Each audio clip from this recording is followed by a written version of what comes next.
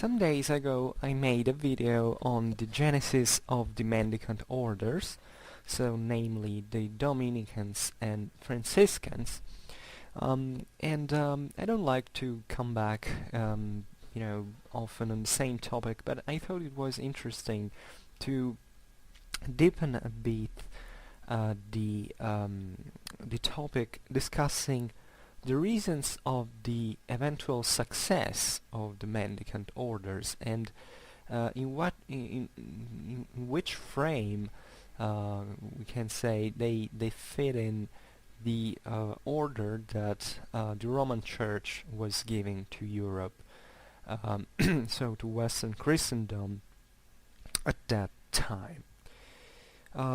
So first of all, I think there is an interesting perspective, that is the idea that the creation of the Mendicant Orders and their eventual stabilization within the tracts that the Roman Church gave to them, especially the Franciscans, because the Dominicans were really very obedient and orthodox since the beginning, is the last step of a path, of a process, of a story that actually had started from the 11th century.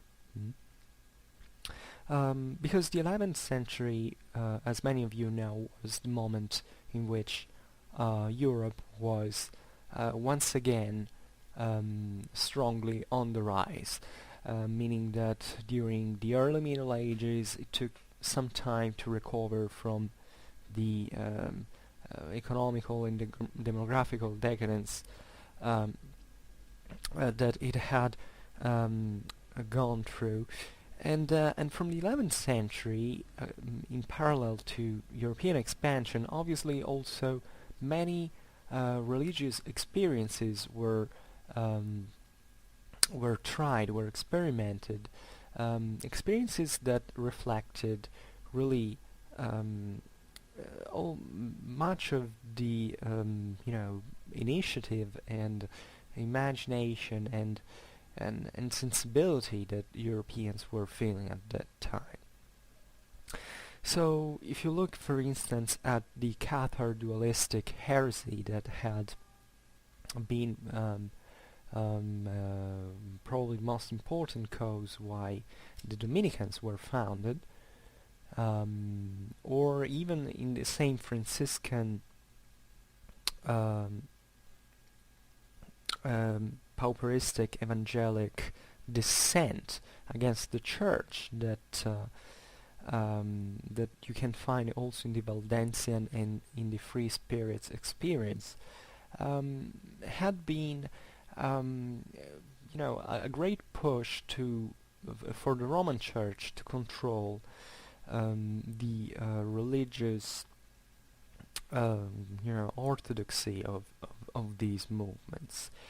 And in the 13th century, when the Mendicant Orders were finally stabilized and controlled, we can say that process that has started from the 11th century was really closed, and it was a long historical phase, also a very difficult one, because we have to think that in the 11th century the Roman Church was starting only at that point to build up a sort of mundane journey through power, building power, and trying to regulate the whole Christian world in the West under its authority. And in the 13th century, instead, you have, at the end of this phase, the maximum power of the Roman Church in terms of control over Western Christendom. So it's all more meaningful that the Mendicant Orders were organized in this period. And what had really been at the base of all these movements that more or less fitted with Roman Orthodoxy? Well, the real point was as well for other heresies that you can find even in Eastern Christianity, such as Bogomilism, for instance, that has striking similarities with with Catharism. The base was really the research of the Christian authenticity,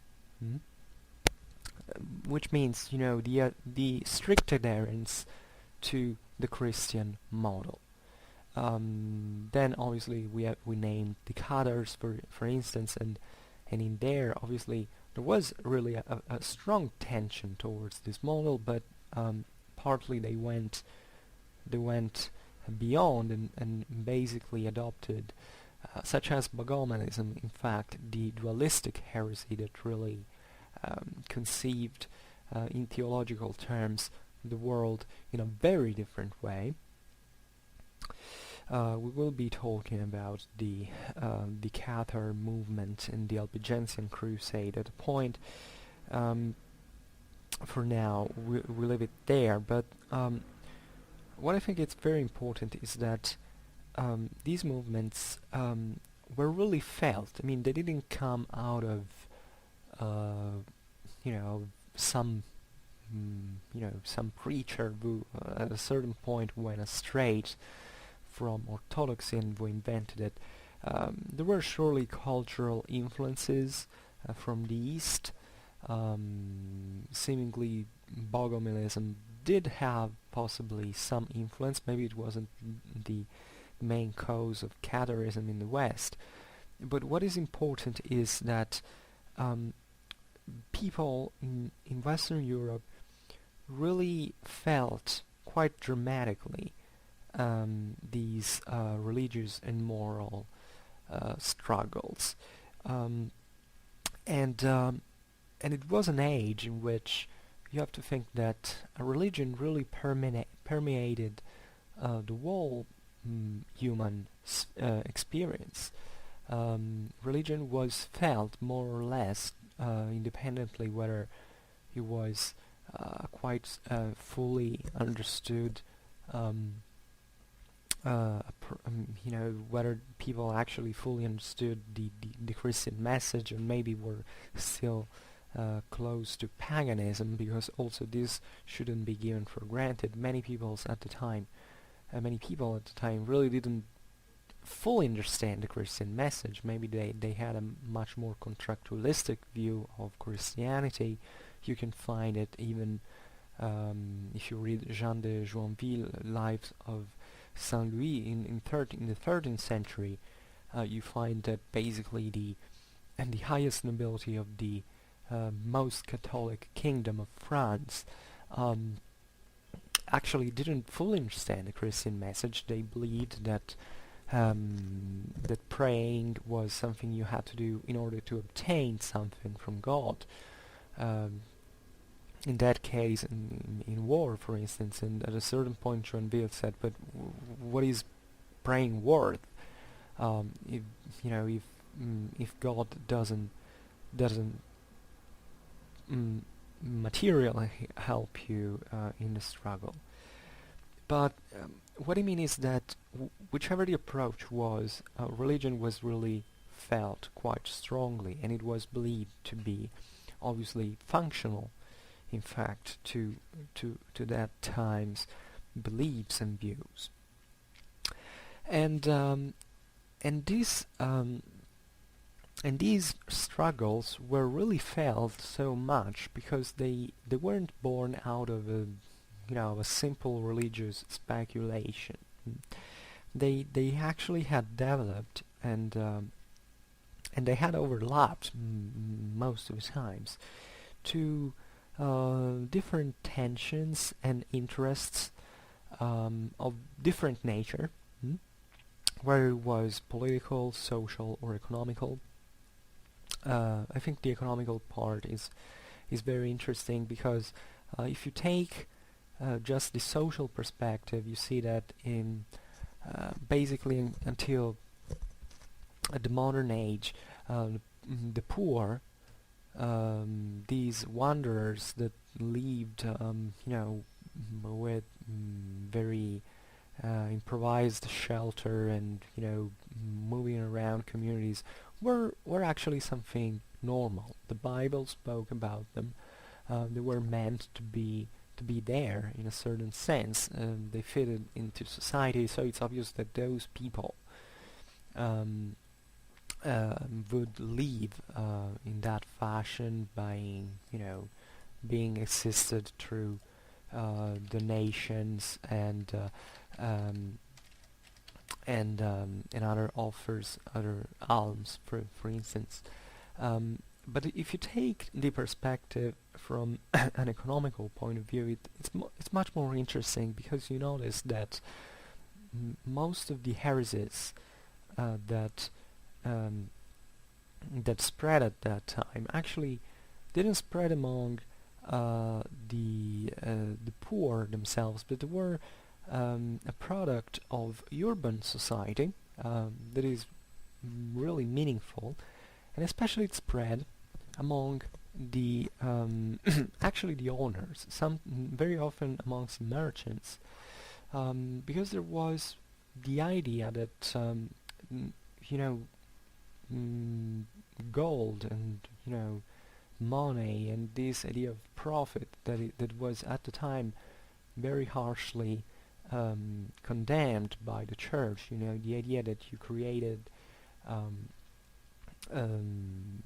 that you lucrated and speculated by multiplying your wealth by essentially trading goods that had, in Christian perspective, an inherent value according to the value that God, in a certain sense, had given them for humans. Well, that surplus was considered as a product of the devil, and it was quite common. I don't know really how much in quantitative terms, but it surely did happen that at the end of a merchant's life, for instance, the merchant would actually donate all his surplus, or at least a part of it, to pious organization, to religious foundations and stuff like that, because it was believed that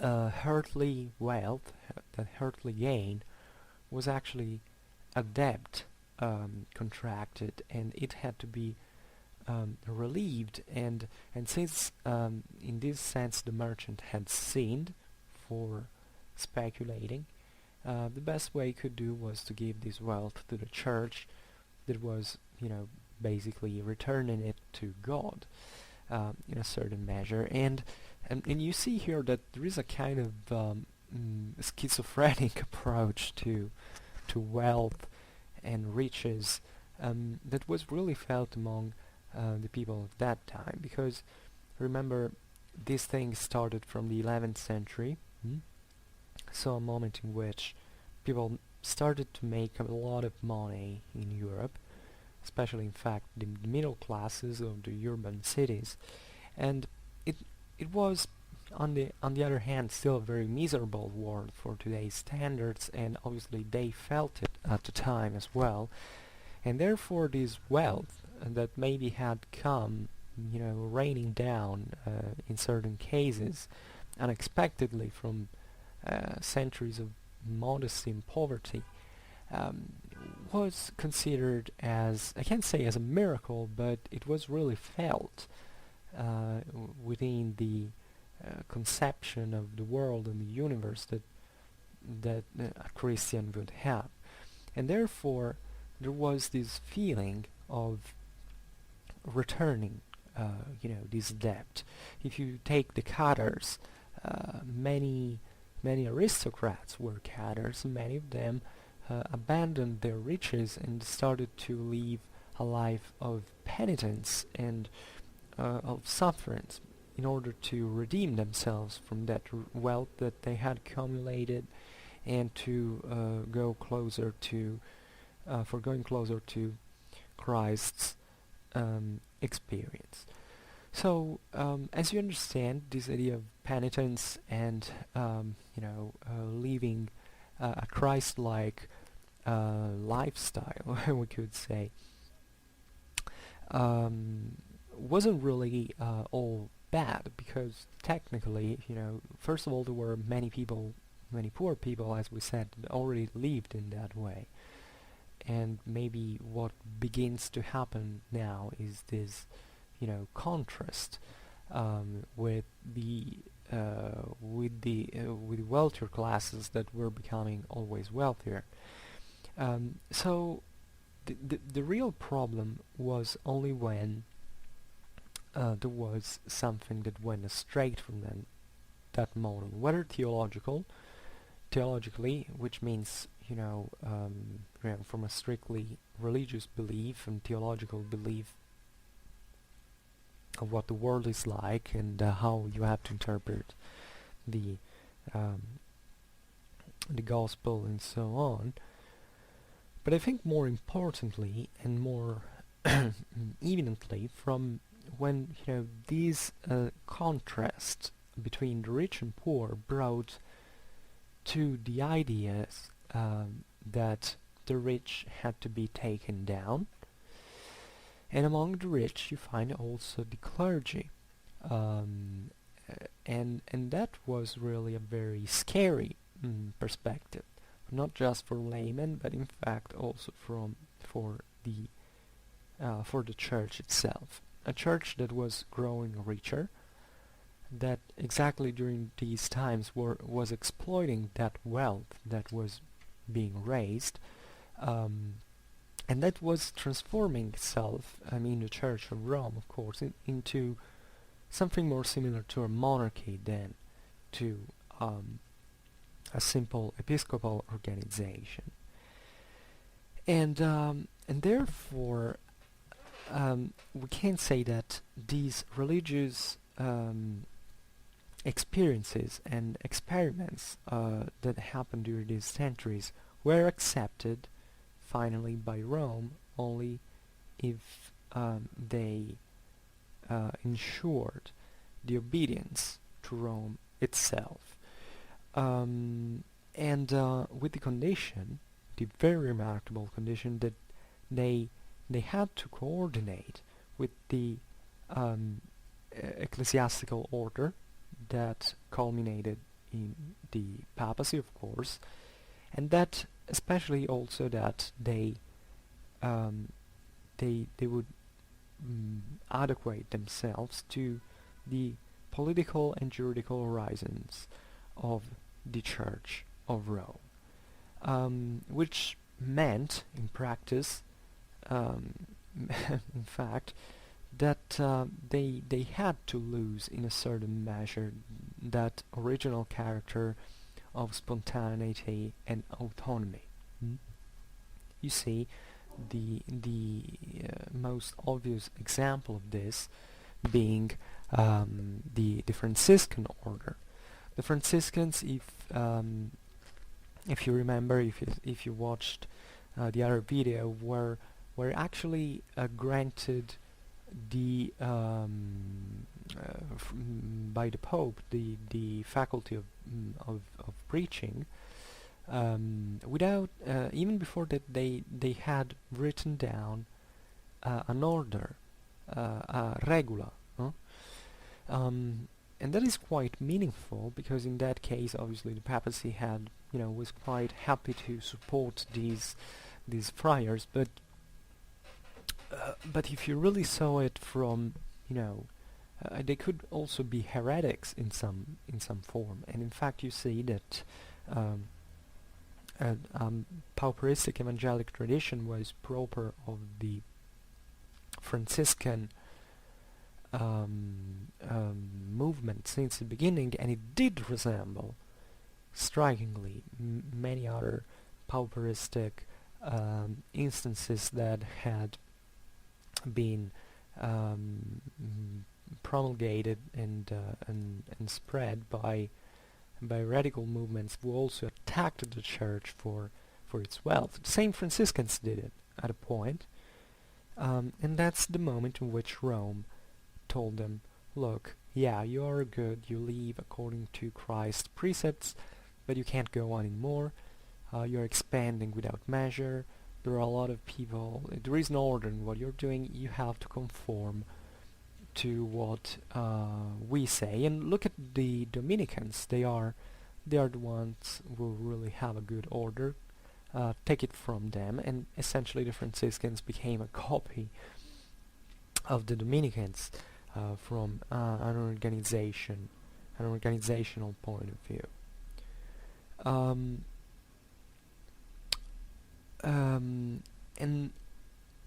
it's talking about the strictly instrumental role of the Mendicant Orders, and stressing the importance that these orders had in the cities, that is where the major heresies had spread.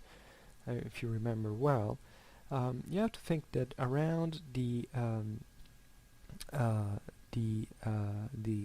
Franciscans and Dominicans was organized a very active participation also of laymen, because these people entered into the so-called devotional brotherhoods or sisterhoods sometimes, that were basically a halfway between being a lay and a friar, and it was a way for the urban classes, middle classes that had felt so much those new religious tensions, to remain in a certain sense between the two experiences, without going out preaching and abandoning all goods, but without even leaving lay life and civil life completely. This was a very good solution in political terms, because obviously this system, urban classes had been sensible, yes, to those new religious movements, but in a certain sense these were also conflictuals, because we said the pauperistic movements hadn't worked just against the church, but also against civil and lay wealth. Think about Saint Francis. He basically sold all the expensive clothes and goods that his father had bought for him. His father was a very wealthy merchant, and he was extremely angry of his son behaving that way. So urban life was quite dynamic, quite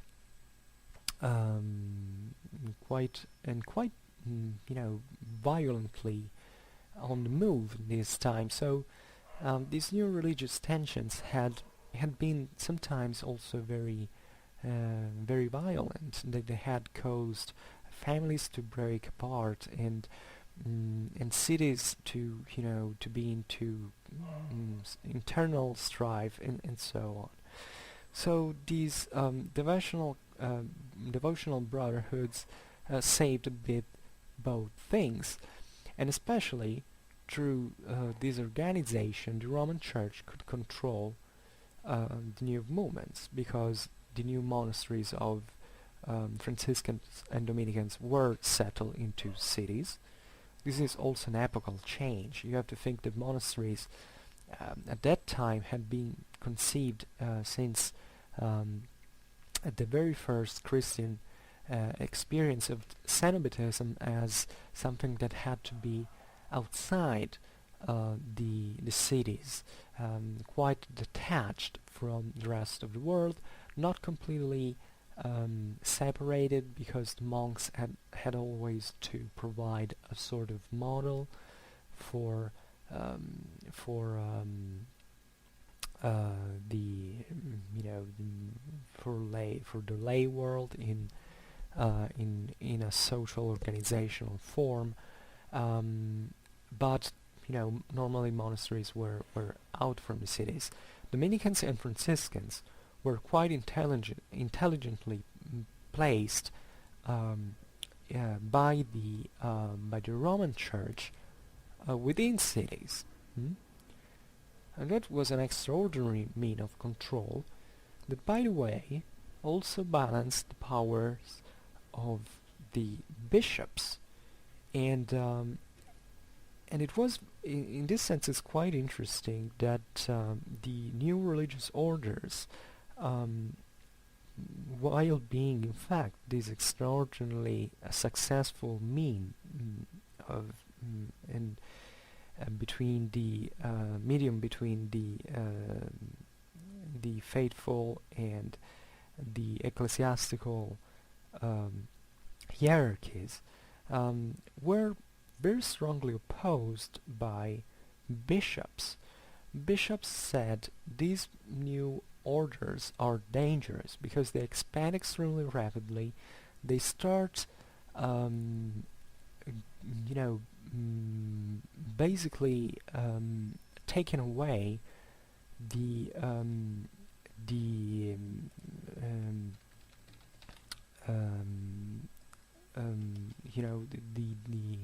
the faithful, the believers, from the traditional ecclesiastical territorial of organization of bishopric, church, and parishes, and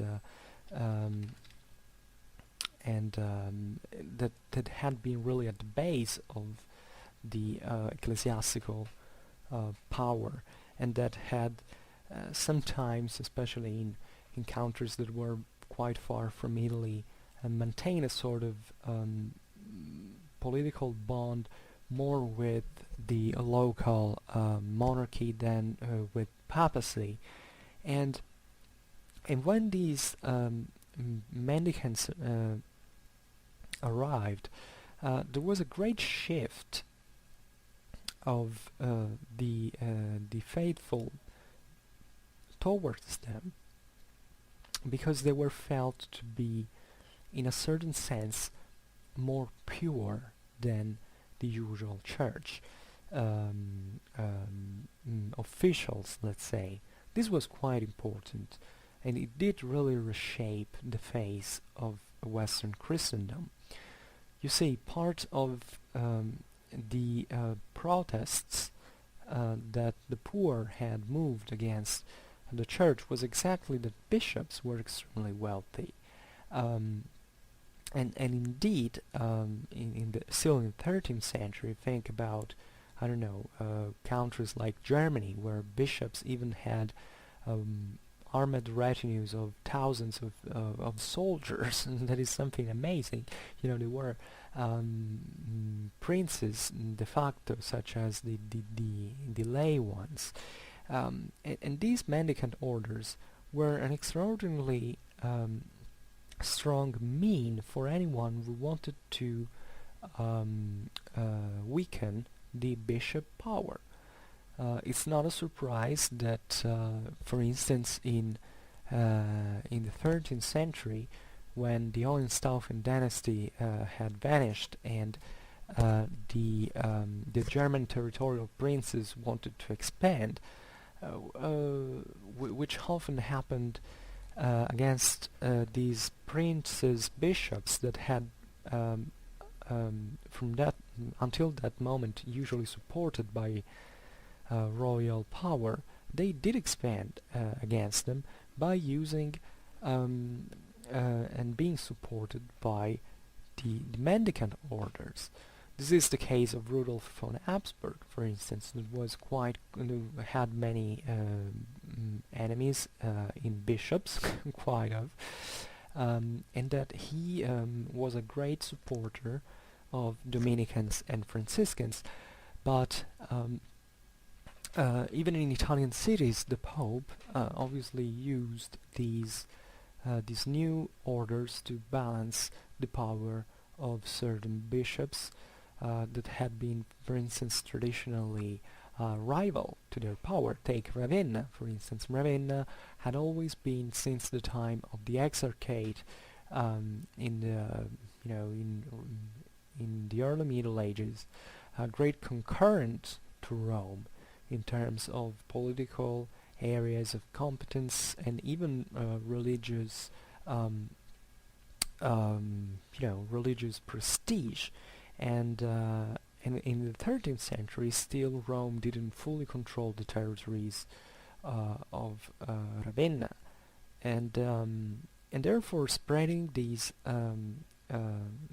Franciscans and Dominicans all over Europe meant for the Pope to have another mean of control over not just the believers who in this way were channeled towards a safer orthodox horizon compared to the heretical ones that had dangerously spread, but it was also used to control the bishops and counter their excessive power or their their loyalty to national kings rather than to the Church of Rome and to the Pope. And this is the reason why the orders of the friar minors and the friar preachers had a sort of vertical success in society, because from one side they bonded with the so-called popular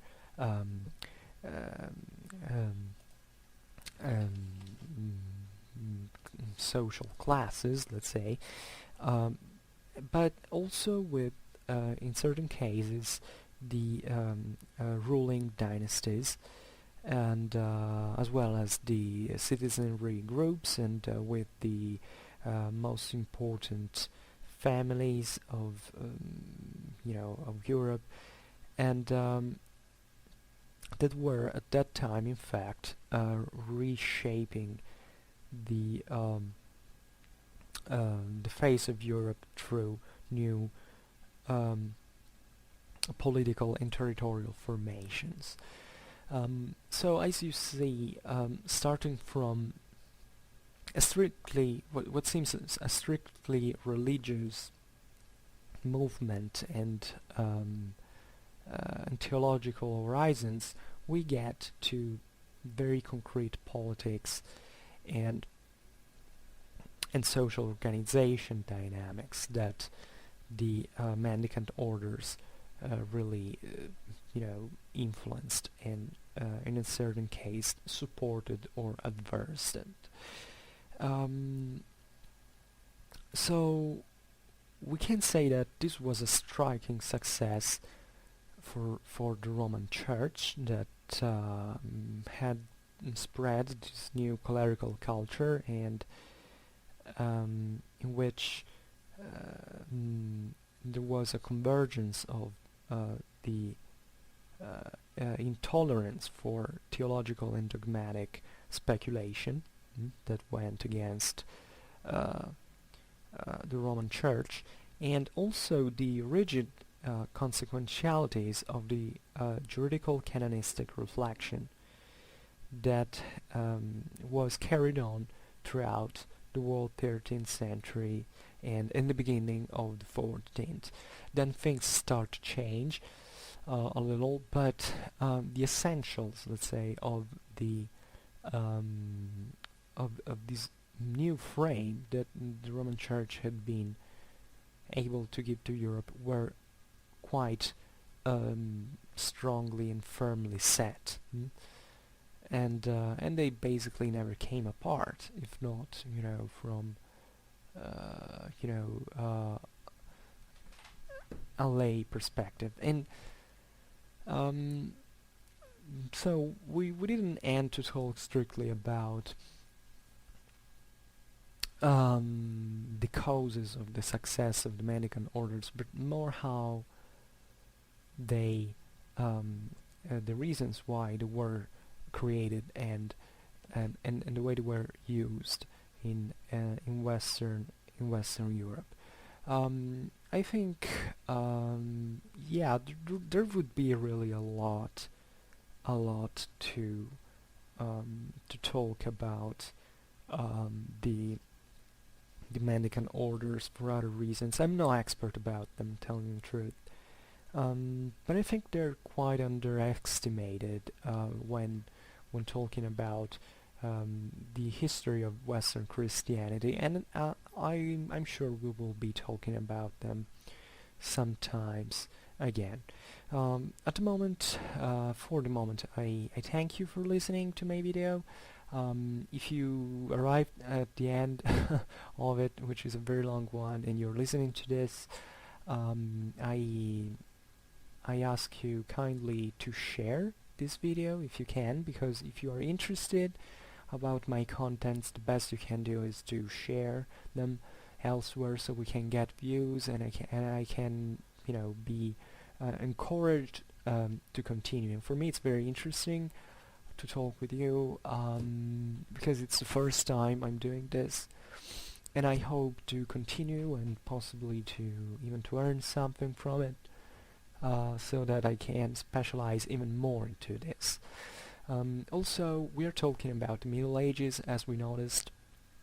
If you are interested about the Middle Ages, obviously ask anything you like, but if there is anything else about history, also military history, which originally was the main subject I wanted to base this channel on, please ask. I can also, if you want, and I plan to do, by the way, videos on demand, meaning Schwerpunkt. Do you want? Would you like to, you know, make a video on this topic? And of course I can, and I can answer your questions in this way. And at this time, I really have a few traffic on here, so this is a moment in which, if you wanna ask for a personalized video, it's a very good one, because there are not many people asking for it. So once again, I thank you for listening, and to the next video.